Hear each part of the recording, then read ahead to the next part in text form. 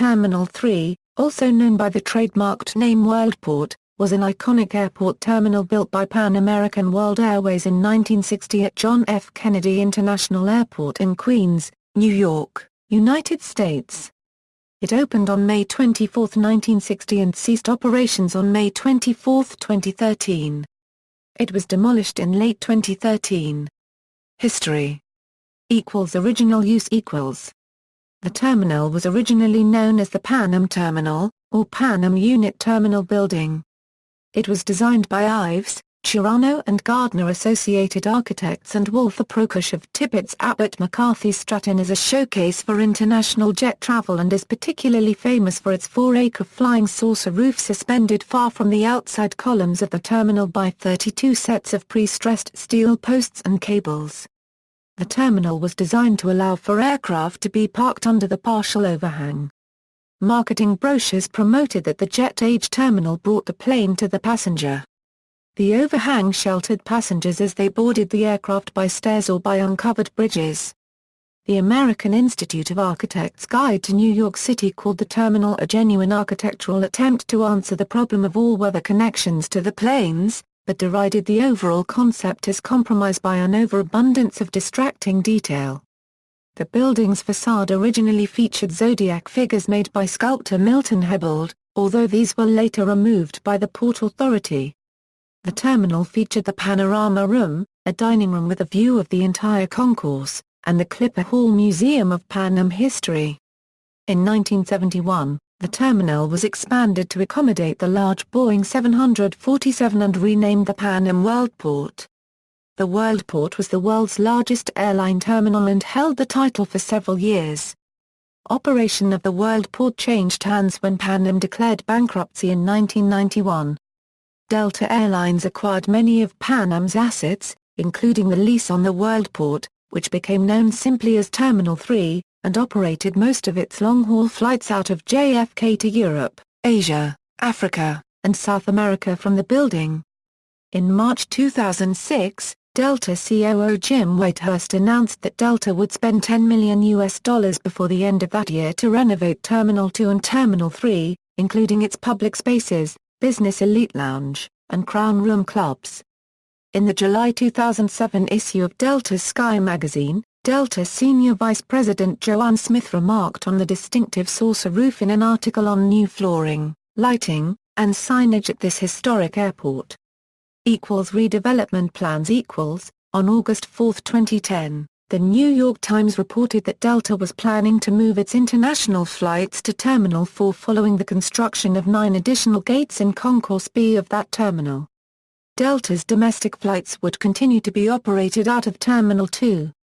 Terminal 3 would subsequently be demolished to create additional aircraft parking between Terminals 2 and 4. Construction of the Terminal 4 expansion began in November 2010 and was completed in May 2013. On May 23, 2013, the final departure from Terminal 3, Delta Airlines Flight 268, a Boeing 747-400 to Tel Aviv Ben Gurion Airport, departed from Gate 6 at 11:25 p.m. local time. The terminal ceased operations on the next day, 53 years to the day from when it opened. Demolition of the terminal began on June 23, 2013. Preservation campaign Preservation groups campaigned to save the building and have it nominated by the New York State Historic Preservation Office as a historic place.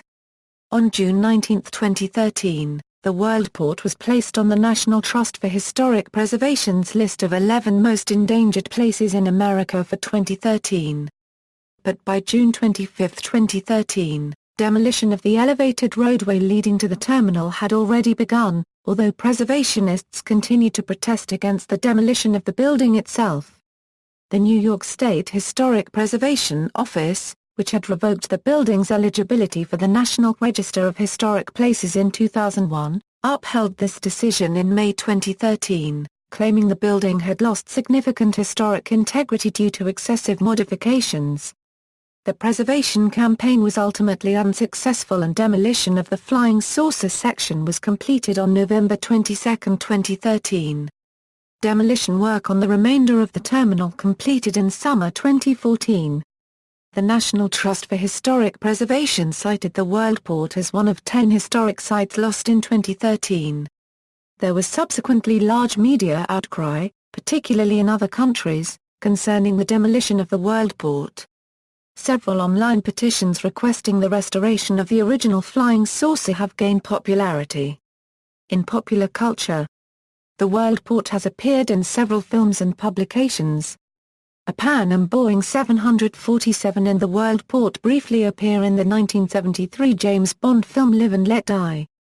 In the opening sequence of The Family Man, actor Nicolas Cage checks in at the Worldport for a Pan Am flight from New York to London.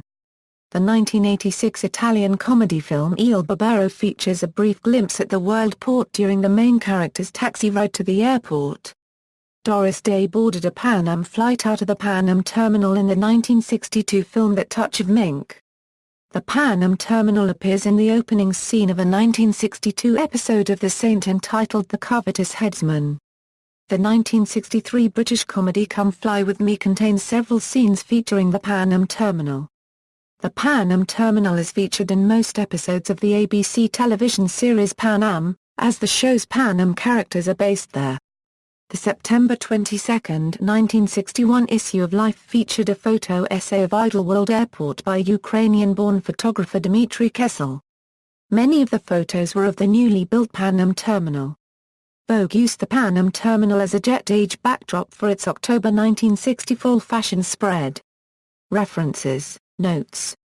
Further reading, Leslie, Thomas. The Pan Am Terminal at Idlewild Kennedy Airport and the Transition from Jet Age to Space Age.